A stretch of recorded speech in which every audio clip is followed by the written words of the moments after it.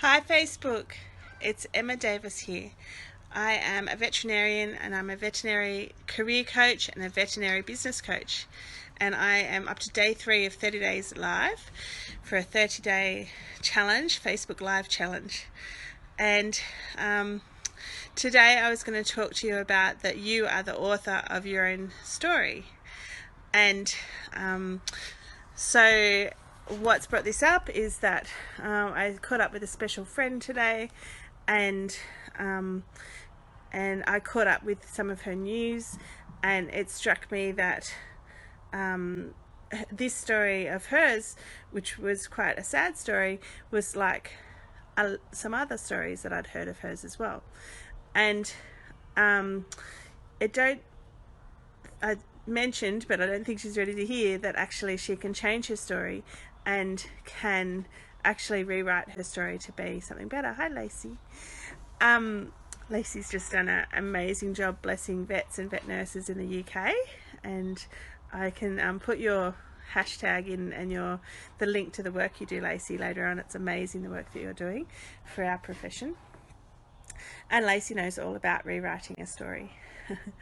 And anyway, so meeting up with this friend today, and it got me thinking about the need for significance in our lives. And significance is one of the main drivers of humans, one of the main motivators of humans. And we can get significance from a range of things in life. We can get significance from our work, we can get significance from our relationships, we can get significance from good things and from bad things. And I'm not sure what your journey's been like, but my journey has definitely been one where I actually got a lot of significance as a child and as a teenager out of the tragedy and the strangeness of my story growing up. I had 3 fathers, one father, 2 stepdads, and had a very patchwork kind of upbringing. Great bits and bad bits, but of course you get a lot more ears and a lot more interest, and people give you a lot more focus when you tell an odd story. And that's why the news is like the news is when you watch normal channels on TV. People love a strange story, and the teller of that story is actually getting some significance. And so, like I said, there's a cat biting my leg. Why are you biting my leg? We can get significance from positive things, and we can get significance from negative things. And like the cat chewing my leg at the minute, it's driven by the need to feel significant, to be seen, to be heard, to be understood. Who really is after my leg? I'm not quite sure why you're after my leg. But anyway, I might scream in a minute from the cat. So I'm meeting with my friend today, and I've been encouraging her to rewrite her story for the number of years that I've known her. But unfortunately, my friend is very, very, hi Bernice, is very, very invested in her story. And her story, this one, which I won't go into details of because you can imagine what kind of sad story it is, is very similar except slightly more tragic than any other story she's told me before. And it's such a shame because every day we get to choose, we make choices, and if we make poor choices, then our story will keep being sad and down that harder line of options. And if we make good choices or stick with better routine, better discipline, all those basics that some of us get taught and some of us don't get taught. I wasn't particularly taught them very well. Self-care, self-love, it's kind of morals, but it's kind of just like self-preservation. If we make decisions down those lines, then things go better and we start getting happier stories.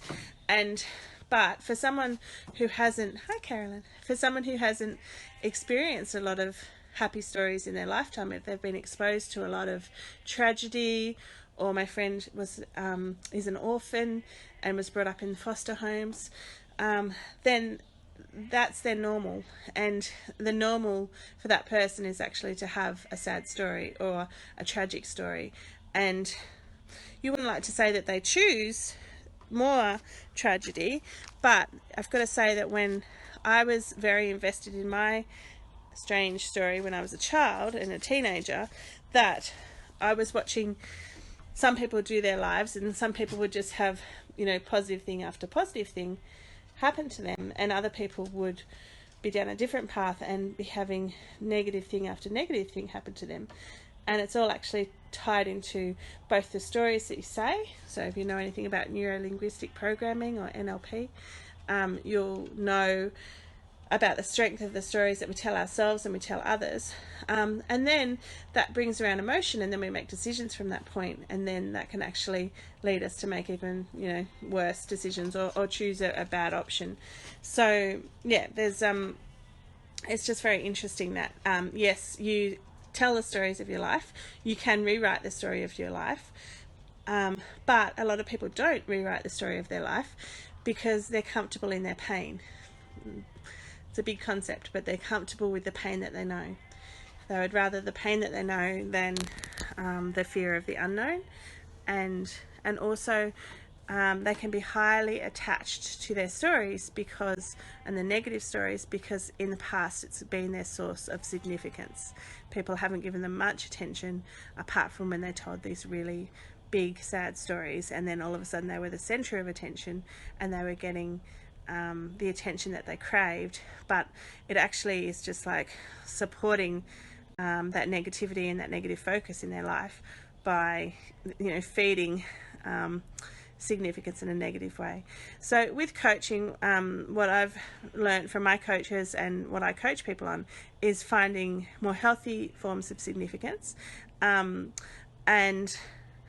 I guess just challenging the stories that we are telling ourselves, and the stories that we were told in our childhood, and the stories that formed our childhood. So yeah, I could repeat the stories that I used to tell about my childhood and my three dads, but I tell the story differently now because I honour the men that were part of my life and part of my genetics and my family makeup. And that actually gives you your power back. If you can change your story over the whole thing, then there's a gift in everything, even in the hardest things. So if you can find the gift in something and the lesson that, or the, you know, for me it's a blessing that I get to help other people from having this very interesting upbringing or past and set of stories that I was highly attached to, and also I can teach people, like I've done, how to rewrite their stories and find significance in other ways other than the sad stories. So yeah, so if that's rung true for you, if you're not loving your career, if you spend a lot of time whinging about your career or being sad about your career and yet feeling afraid to change, then we can help you with that. I can help you, coach you through that. I've definitely helped people make big changes in their careers and in their lives, and getting some amazing results. So yeah, it's something that I've walked and that I've helped lots of other people walk. Hello, Yusuf. So yeah, I'm here as a coach, as a veterinary career coach. I've got a lot of experience in the veterinary field. I was writing some stuff for the scientific committee of the AVA for next year's conference today. Took up half of the day this morning, and yeah, I'm very well connected and know, I don't know, that sounds bad, but know lots of people in the veterinary field, and we run veterinary careers. So yeah, I consider myself an expert in veterinary careers. I am an expert in veterinary careers, and I can help you change your story into a veterinary career that you actually really love. So that's what I love helping people do. So don't get stuck in a sad story. If vet as it is isn't for you, then you have the power to change that story, and I can help you with the tools of how to do that. Anyway, thanks for watching. If you're watching later on, type in replay and tell me where you're watching from. Thanks for the likes, and I'll be back on tomorrow for day 4 of 30 Days Live. So love your veterinary career.